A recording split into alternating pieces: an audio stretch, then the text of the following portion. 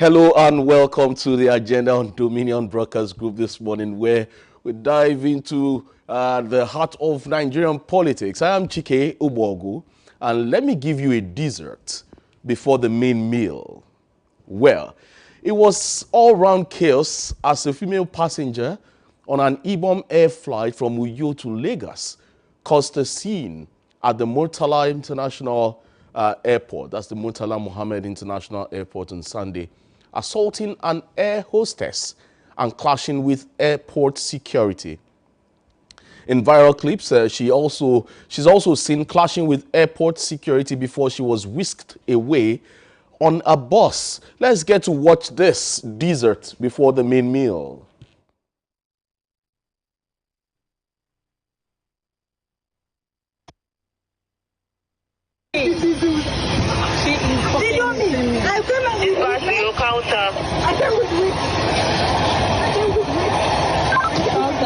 She's hitting me.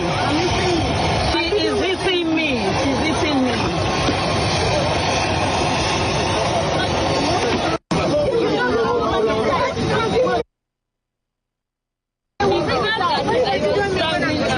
She was giving her slap left and right. She was slapping on the head. She strangled her like for 5 times.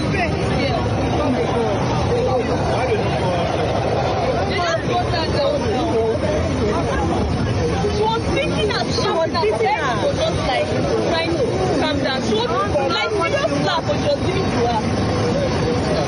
For having in mind, the air hostess having in mind to do this for me. I want to know how much it costs to do for this today. Operations run for you. Let it go and wait till it's gone. Go ahead, go ahead. I know I'm calling on the line. Don't go with them. Okay, standing by doing instructions.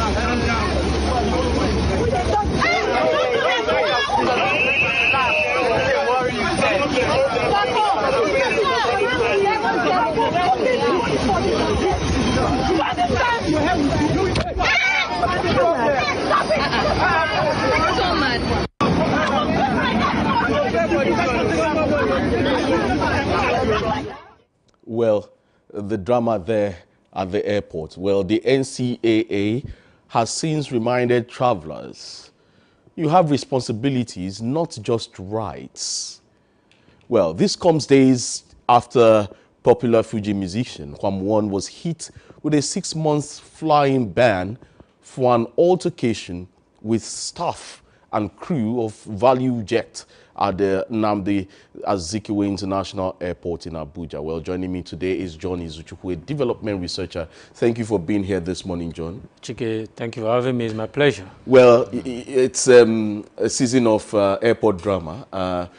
If you recall the saga of a 7 senator, Senator Adams Oshiomhole, happened. Well, nothing came out of it. Nobody was punished. We've had so many that are even underreported. But the latest one was one of the popular Fuji musician, Kwam Won. And in fact, we got some trending audio flying around social media where he was threatening even after the apology he made, the video of the apology he made. And now this is a lady brazenly in public space slapping an air hostess there at the airport and even attacking security at the airport. Well, you will say a precedent has been set and nobody has done anything. And this is continuing. Well, what should be done to forestall these shenanigans in our moral public space? Well, Chike, thank you. You know, sometime when you see things happening like this in a nation like Nigeria, you will know there is a build-up of several bottled grievances and anger and all of that. Several reasons, can be attributed to it. You mentioned the case of the Senator Adams Oshiomhole. I remember that that was a peculiar case. That was a peculiar case because the airline in question, and not just that airline in question, several other airlines, they have this trajectory of delaying people's flight. If you ever flown with any of these Nigerian airlines, you discover that most of the time you are delayed unnecessarily. Nobody tells you why you are being delayed, or the flight is cancelled. No one gives you a satisfactory explanation as to why the flight is cancelled. But two wrongs shouldn't make a right. Of course, you see, because that has gone on for a long time, and the regulatory agency has not done anything very significant in trying to tame it, and so the people had to react. And that's what you see when regulatory agencies are failing their duty. The people had to take the laws to their hands in order to emancipate themselves from an oppression.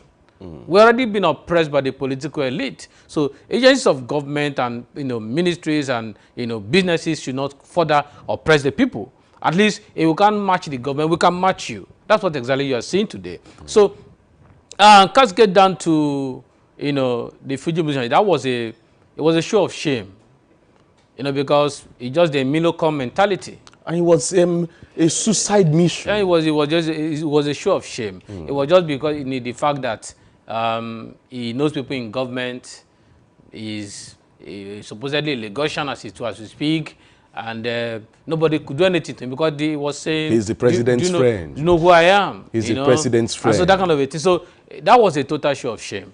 But this, we have not been able to get exactly what provoked the lady. Well, reports have it that she was told to turn off her phone before landing, and she refused and engaged herself in a one-way battering of the air hostess. Now, we need to be clear. I think that this issue had to be nipped on the bud. The agency need to do something very quickly before you get people who are going to end up becoming terrorists on board. Because if this happened while the plane, is on transit, that lady could cause a major damage, a major trouble. So there is need for the agency to look for how to begin to deal with offenders like this. It's not making any sense. However, the mental state of Nigerians also need to be checked. Yeah, the mental health status. Yeah. You don't also forget that people are under pressure. A little thing can provoke it. People are pressured everywhere, because when you look at the whole nation and you are wondering why everybody is angry. But again, we don't go to make a mess of ourselves in the public space. This will go out now and it's on the social media space. International communities are saying it. It may also further, put Nigerians on flight risk. Exactly. International flights, we need to now double-check Nigerians.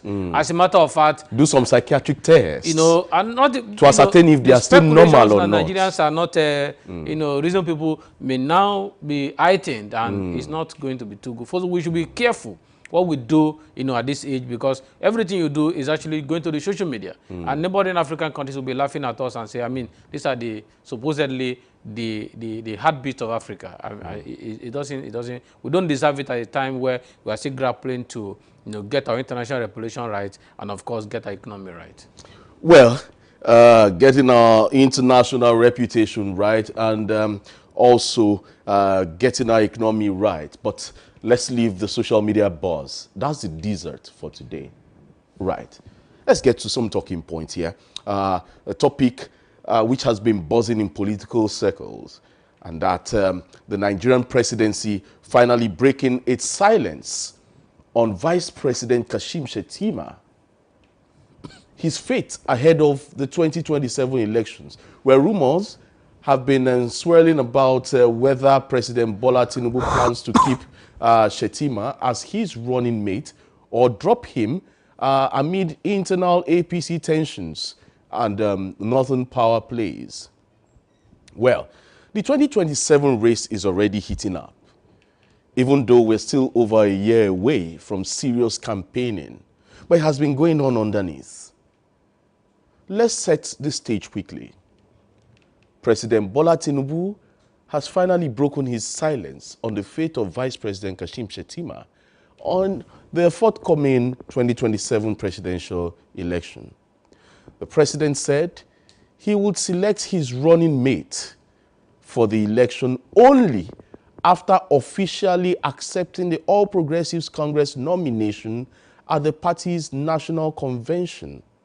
Well, Bayo Onanuga, the president's special advisor on information and strategy, who disclosed this in an interview with Daily Trust on Thursday last week. His remarks comes amidst escalating speculation regarding the political future of Vice President Kashim Shettima, particularly after a series of endorsements for President Tinubu's re-election seemingly overlooking or overlooked, that has overlooked the current vice president. Well, President Tinubu assumed office in 2023 on a Muslim ticket with Shettima, which was controversial, but helped secure northern votes. But now, with endorsements rolling in for Tinubu's second term, Shettima's name has been conspicuously absent in some, well, sparking speculations. But in June 2025, the presidency, through special advisor Bayo Onanuga, addressed this. John, it is so fascinating. And so the statement of Bayo Onanuga and the annihilation, supposedly annihilation of Senator Kashim Shettima, who happens to be the Vice President of the Federal Republic of Nigeria, is rearing up its ugly head. Just barely a year to, we just have 1 year in between now and 2027. Your thoughts on this? What do you make out of this? Well, you know, we're in interesting times because several permutations are ongoing. Ongoing, yeah. We need to set the facts straight that Kashim Shettima, the Vice President of the Federal Republic of Nigeria, is from the AMPP bloc of the APC. Of the APC merger. Now, of course, there have been, you know, issues within his ethnic nationality about his representation. The Kanuri. Yes, particularly because it was not longer the outspoken and vibrant Shettima that they used to know. And he's been there, and several appointments that were supposedly to be the birthright of the North have been taken away from them, and he's not done anything about it. So it appears to them as if he's not representing their interest adequately. But again, you also need to check the political pedigree of Mr. President. You'll recall that Mr. President had 2 deputy governors while he was governor of Lagos State. He had Koforola Bekri. Okay, so there was Koforola Bokno and Femi Pedro, yes. From 1999 to 2002. Exactly. And then you also had Femi Pedro from 2002 to 2007. And then there was another deputy governor at the twilight of his regime. And exactly. That's Abiodun Ogunleye. Yes. From May 15 to May 29, 2007. True. Now, Chike, the point is that when you listen to these people, these individuals' position as to why they resigned, only Femi Pedro was a bit clear because he had the governorship ambition. But Koforola Bekri had always said that she was never allowed to operate in a full capacity as a deputy governor. And she fell out with the then governor of Lagos State, Asiwaju Bola Ahmed Tinubu. Exactly. And then she was impeached in December, December 16, 2002. All of that went on. Yeah. Now, the point I'm trying to make is that Asiwaju is a political tactician. The political value of Kashim Shettima may have waned. his political significance may have dropped. And the possibility of him adding a political value to him, an electoral value to him in the forthcoming election may not be feasible. And so the man is trying to look at what option is better.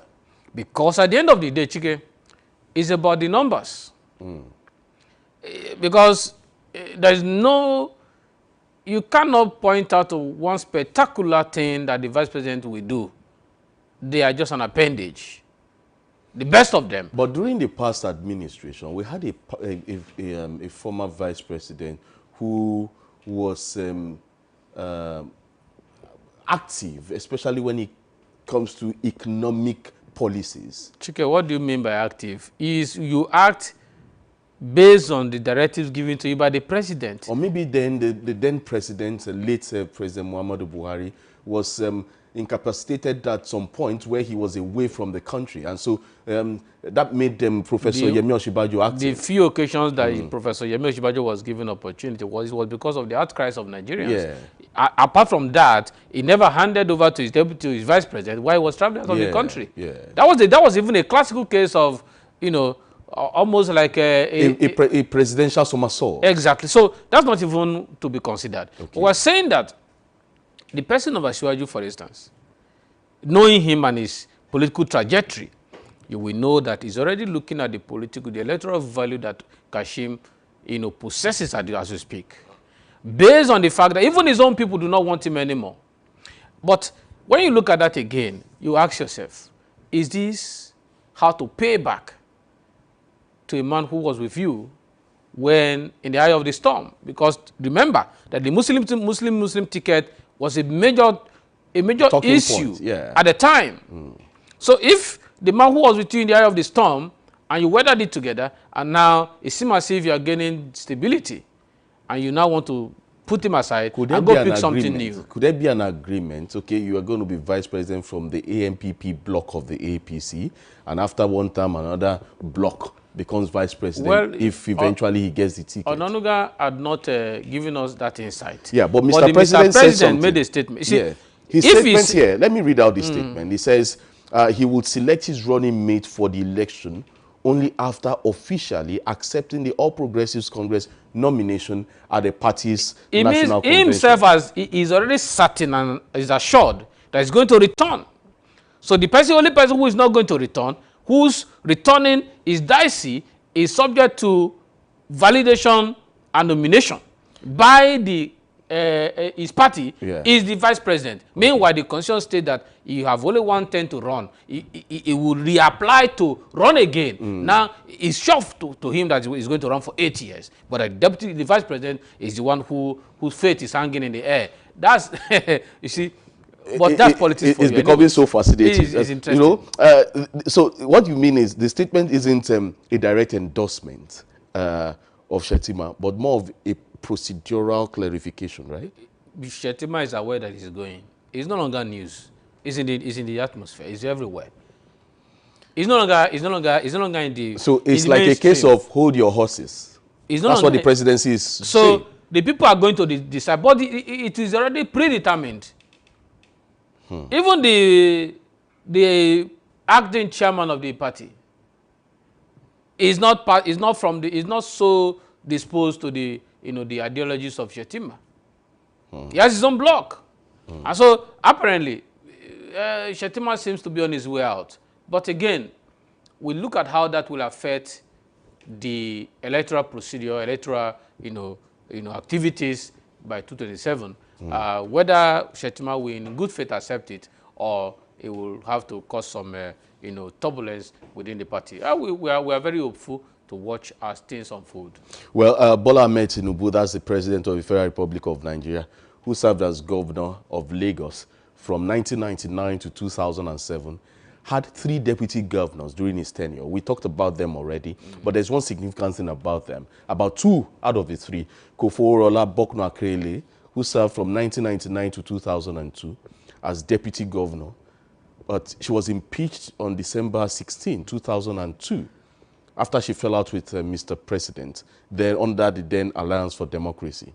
And then Femi Pedro, who was deputy governor from 2002 to 2007, took over from Bokno Akerele and served till May 10, 2007, when he was impeached again for gross misconduct shortly before the end of Tinubu's administration. But Pedro later defected to the Labour Party while he was still deputy governor then. And then we had Abiodun Ogunleye, who was deputy governor for about, what do you call it, 14 days, yes, from May 15 to May 29, 2007. He was appointed deputy governor at the very end of Tinubu's tenure, and, you know, serving for just only 2 weeks, 14 days. Yeah, that's 2 weeks. And then because of his loyalty, he was rewarded. He was rewarded a AD state chairman in Lagos State. But if you look at the trajectory between these two out of these three, let's leave Biodun Ogunleye out of it. These other two were impeached for alleged gross misconduct. Have you seen any form of gross misconduct from Shettima now? Because it has become, it's looking like a trajectory for Mr. President. Yes, but this is a different ball game entirely. This is presidency, not governorship. It's a different ball game. Yeah. Because just as this president, Mr. President is in control of the National Assembly, he was very much in control of the State Assembly at the time. But of course, because there are dissenting opinions and views at the National Assembly today, he may not be able to cow everybody, you know, to get in his wish done. So he will have to use the vehicle of the political party, of his political party, to achieve, you know, whatever he wants to get done with Shettima, and which is what is already, you know, happening as we speak. Oh, well, let's unpack the statement further. Onanuga said the religious imbalance isn't a big deal anymore. And he also said that Christians are living their lives, and even mentioning Tinubu's trip to the Pope's inauguration. But is that realistic? The 2023 ticket was criticized for alienating Christians, and dropping Shettima could be seen as a pivot to a more inclusive pairing, perhaps with a Christian from the north or elsewhere. I don't think so. I don't think a Christian from the north can make that ticket. You see, Bayo Onanuga, I have much respect for him because he's been a veteran in the media. But I also do not agree with him because he's the kind of game he plays with words and with presenting issues and facts is misleading most of the time. When you look at what happened, have you seen some of the issues raised by El-Rufai in recent times? It tells you that if that election was allowed to be free and fair, this ticket, this Muslim ticket would have been punctured. If that election was allowed to run well, to be free and fair, to be transparent, the likelihood was high that Mr. President would not have won that election. So, and one of the major factors is the same religion, same faith, you know, challenge that was, contested by several persons across the country. It is not too good. But again, we have come of age in our political process to see that if we really bring development to the people, nobody cares about which religion you are from. But what difference has it made that both are Muslims in the country as the apex of his? What change has it brought? What the difference we have gotten over since 2 years that they've been in office? Well, because we have to go to another talking point this morning, let's make it snappy. Predictions. Will Shettima stay? Shettima will not stay. You're saying Shettima will not stay? He's on his way out. He's in public. It's a public knowledge. It's not hidden. The body language has said it. Did you not watch the APC convention? I mean, was it even a convention? A Congress in Gombe. A Congress in Gombe. Yeah. Where they were stoning people who were on his side. The violence there. It was clear that these are already falling out. So. Well, but looking at the whole thing, do you think Tinubu will prioritize loyalty over optics? Now that if he eventually gets the ticket for his second term, will he prioritize loyalty over optics? The question is that, is Shettima loyal to him? No, will he want to pick someone loyal than getting the optics of a Muslim ticket I don't or think not. Mr. President is about loyalty all the way. It's about what works for him per time. That's the kind of politician he is. He will get away with you as long as your electoral value is winning. It doesn't. The man is not. He's not a. He's a very smart politician. So you can't keep him in the board. So as long as you are no longer relevant to him, he gets you out of the stage and bring in somebody who can add some very significant electoral value to him, and that's what he's going to do. Well, it looks like some political theater.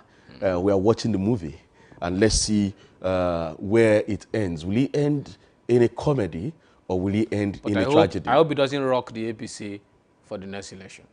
Well, we'll go on this break, and when we come back, we'll look at the electoral systems in Nigeria and our democratic integrity. Stick around, don't go away.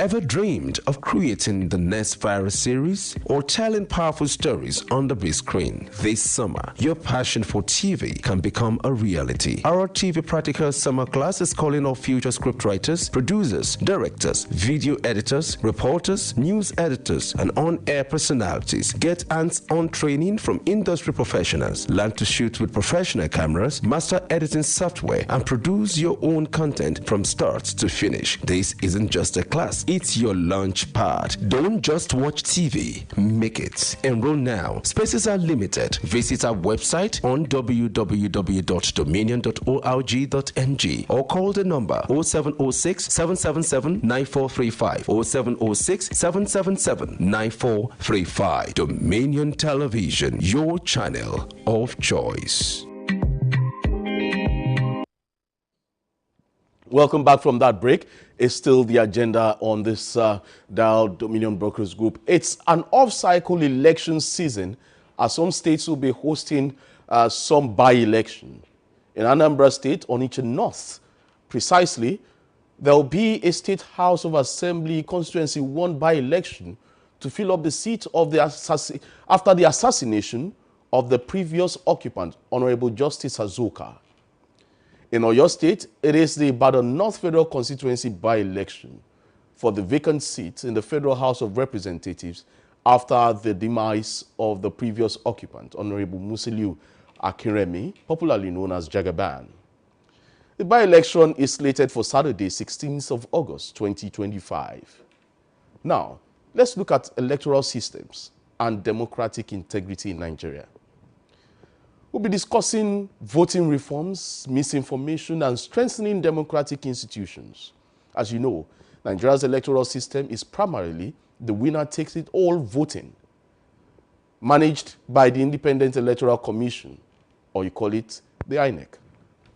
The 2023 general elections were landmark, introducing technologies like the bimodal voter accreditation system, that's the BVAS, just to reduce fraud.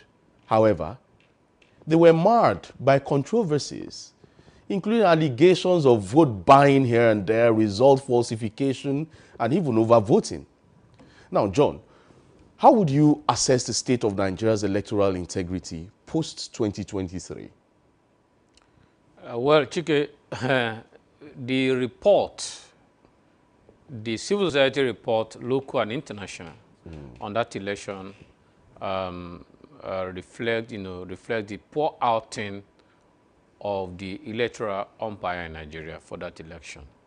Chike, a lot of money was, invested into that election, and they had more than 2 years to prepare for that election.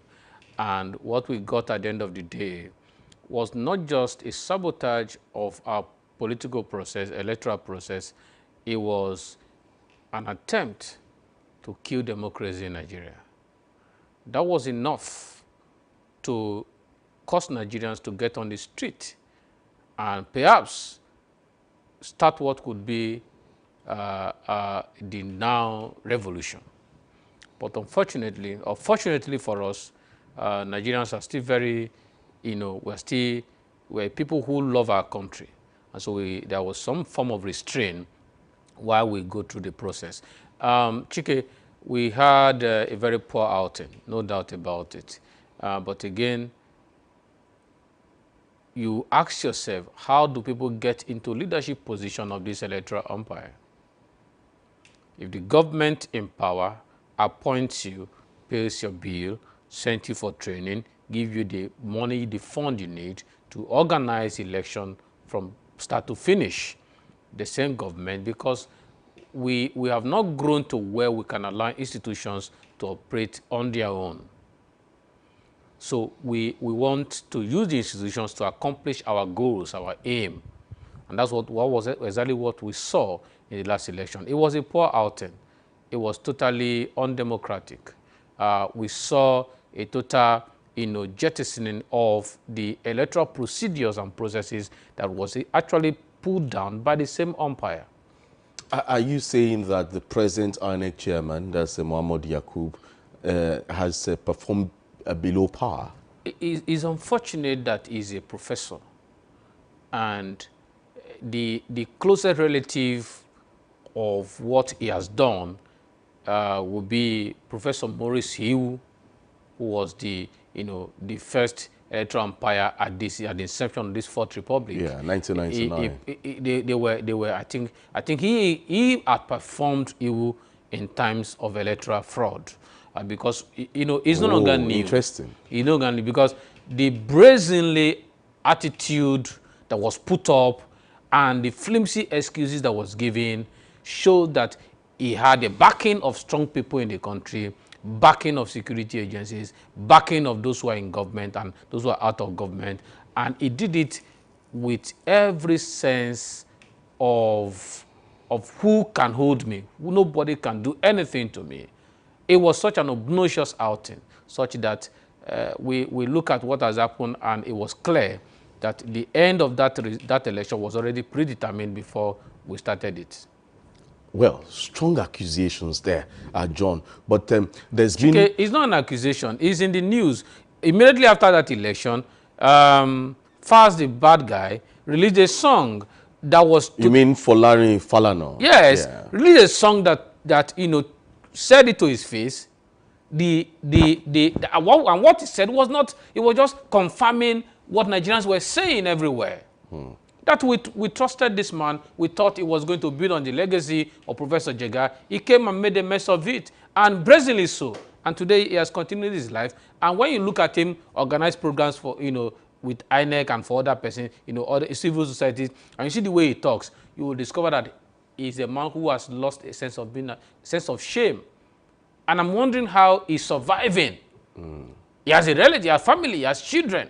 How he's coping with all of what has happened under his watch is sad. But that's where we have been as a country. Well, there's been a lot of activity since 2023.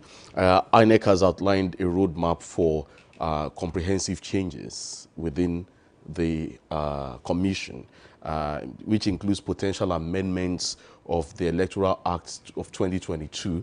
But here, the question I want to put out to is, what key reforms should be proposed or should be implemented? Chike, there's nothing wrong with the document. Implementation Whatever is has the problem. happened is human beings. I tell people, systems are run by human beings. Institutions are run by human beings. As long as the human beings are corrupt in their mind, they have not conquered greed, there's nothing. Put in the best document on ground. They won't follow the process. There's nothing wrong with this, with the procedure. Whatever reform is being made is on paper. It's human beings, Nigerians, who are going to implement these policies that have been put on paper. I know there is a push for a new Electoral Act 2025, which is on the way, just to, bridge up some gaps in the 2022 Electoral Act. I hope they will be able to get it right this time around. Chike, well, you see, that election had caused a lot of electoral lethargy as we speak. Many Nigerians are no longer interested in whatever that man says. For instance now, I don't take his words serious. Anything he says and I read on news or see a video of it, I hold it with a pinch of salt because he has no integrity whatsoever. He raised the hope of Nigerians. Few days to that election, he was still confirming that things were going to be done right. And just for us to get into that election, and saw a sabotage of our electoral process, an attempt to annihilate democracy in our nation, and that election led to the death of several persons. What are you saying? So you see, if this government is serious about transparency, if it's not there as a stooge to accomplish the goal or the aspiration of APC to continue ruling us, that man should be out of office. But I don't know why he's there. Nigerians are tired. Nigerians have petitioned. They have spoken severally. He should not be there. He has no single integrity. He doesn't deserve to oversee any election, supervise any election in the going forward. We'll be setting an agenda shortly, but from the INEC website, in a daily bulletin posted on 12th of December 2024, it says INEC charts a bold course for comprehensive electoral reforms, and it says the Independent National Electoral Commission is embarking on a transformative journey to redefine Nigeria's election. Has identified 142 recommendations aimed at enhancing the electoral process. And here again it says the INEC chairman, Professor Mahmood Yakubu, unveiled a comprehensive roadmap for electoral reforms during a consultative meeting with resident electoral commission. Significant step